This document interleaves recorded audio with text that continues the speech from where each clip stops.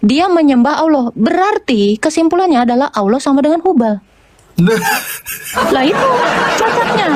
Itu cacat otak atau benar? Karena apa? Karena dia tidak membantah Muhammad yang dibesarkan oleh kakeknya penyembah Hubal adalah Allah, dan umur 0 sampai 39 dia tetap mengakui itu adalah Allah. Artinya itu Allah adalah Hubal. Terima kasih.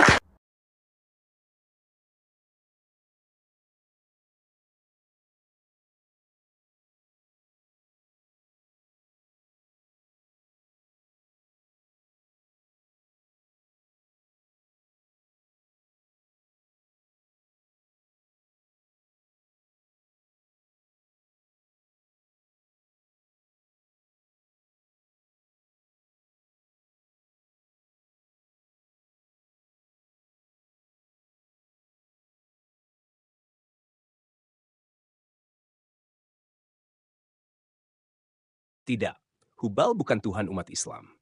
Dalam Islam, Tuhan yang disembah adalah Allah, Tuhan yang Esa dan Maha Kuasa. Hubal adalah salah satu berhala yang disembah oleh masyarakat Arab sebelum datangnya Islam.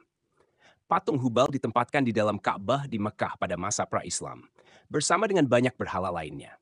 Ketika Nabi Muhammad menerima wahyu dan mulai menyebarkan ajaran tauhid keesaan Tuhan, beliau mengajarkan bahwa hanya ada satu Tuhan, yaitu Allah.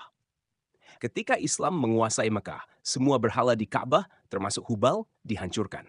Hal ini menegaskan bahwa ajaran Islam adalah monoteistik, mengakui hanya satu Tuhan, yaitu Allah, dan menolak penyembahan berhala.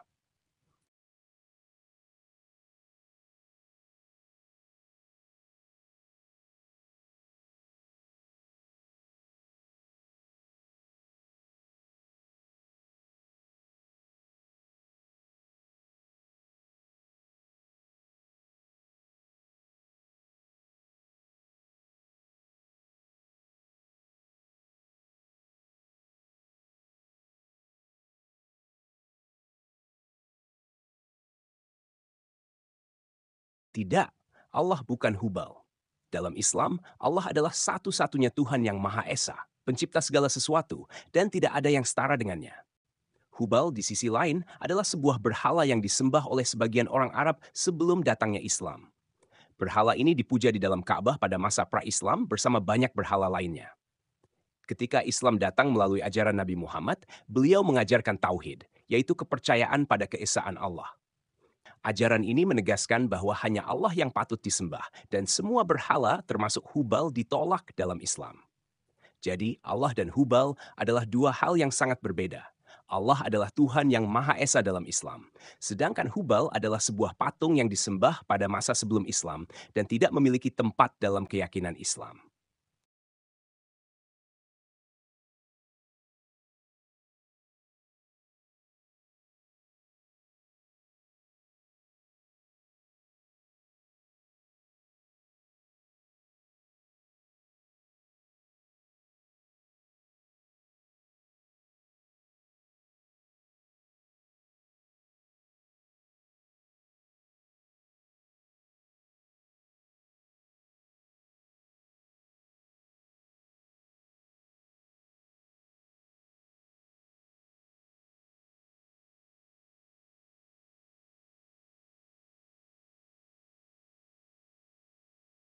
Menurut sumber-sumber sejarah, Hubal diyakini sebagai salah satu berhala utama masyarakat Arab pra-Islam yang disembah di Ka'bah. Sebagian catatan sejarah menyebutkan bahwa berhala ini pertama kali diperkenalkan di Mekah oleh seorang tokoh dari suku Quraisy bernama Amr bin Luhai. Ia adalah kepala suku Khuza'ah yang pada masanya memiliki pengaruh kuat di kalangan masyarakat Mekah. Amr bin Luhai konon melakukan perjalanan ke Syam, wilayah yang mencakup Suriah modern. Dan melihat bahwa penduduk di sana menyembah berhala. Terinspirasi oleh praktik ini, ia membawa berhala Hubal ke Mekah dan menempatkannya di dalam Ka'bah. Sejak itu, penyembahan berhala menjadi populer di kalangan masyarakat Arab di Mekah, dan berbagai berhala lainnya juga mulai ditempatkan di sekitar Ka'bah. Namun, ketika Islam datang, Nabi Muhammad menolak praktik penyembahan berhala dan mengajarkan tauhid, yaitu kepercayaan pada keesaan Allah. Setelah pembebasan Mekah, Nabi Muhammad memerintahkan penghancuran semua berhala, termasuk Hubal, untuk menegaskan bahwa hanya Allah yang disembah dalam Islam.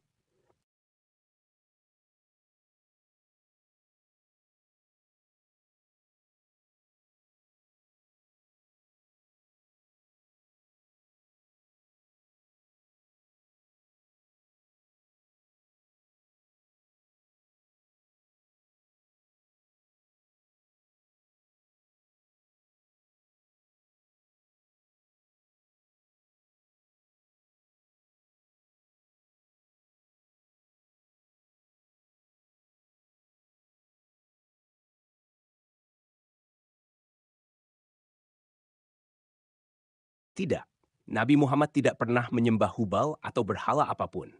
Meskipun Nabi Muhammad lahir dan dibesarkan di lingkungan masyarakat Mekah yang mayoritas menyembah berhala, beliau selalu dikenal sebagai seseorang yang memiliki kepercayaan kepada Tuhan Yang Esa, bahkan sebelum menerima wahyu kenabian.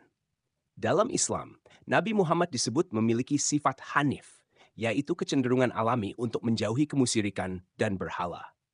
Sebelum masa kenabian, Nabi Muhammad dikenal sering menyepi dan bermeditasi di Gua Hira, mencari kebenaran dan menghindari praktik-praktik penyembahan berhala yang umum di Mekah pada waktu itu. Ketika Nabi Muhammad menerima wahyu dari Allah melalui malaikat Jibril, beliau diutus untuk menyebarkan ajaran tauhid dan menghapus penyembahan berhala, termasuk Hubal yang disembah oleh masyarakat Mekah saat itu. Jadi, Nabi Muhammad tidak pernah menyembah Hubal atau berhala apapun sepanjang hidupnya.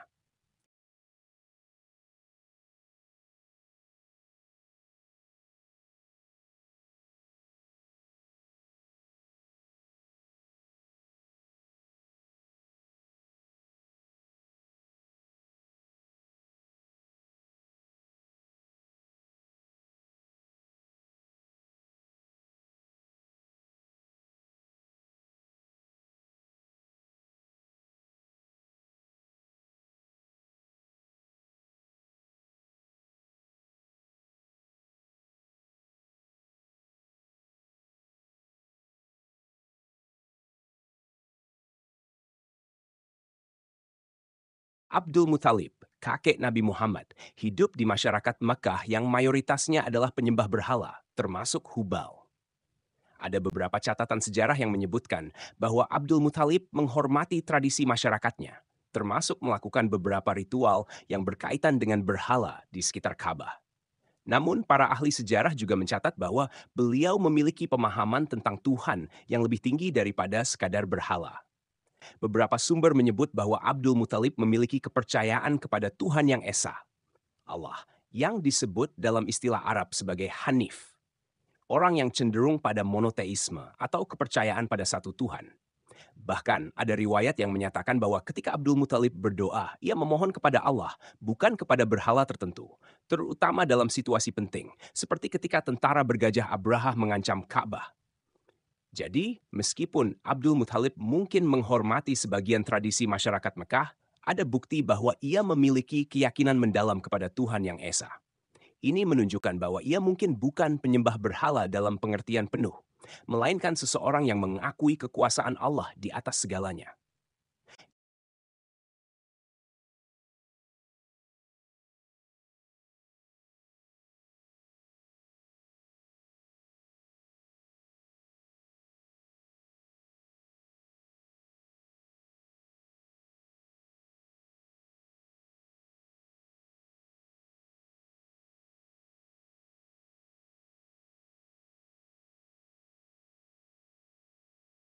Sama-sama, saya senang bisa membantu menjawab pertanyaan Anda tentang Islam. Jika ada hal lain yang ingin Anda tanyakan atau pelajari lebih lanjut, jangan ragu untuk bertanya.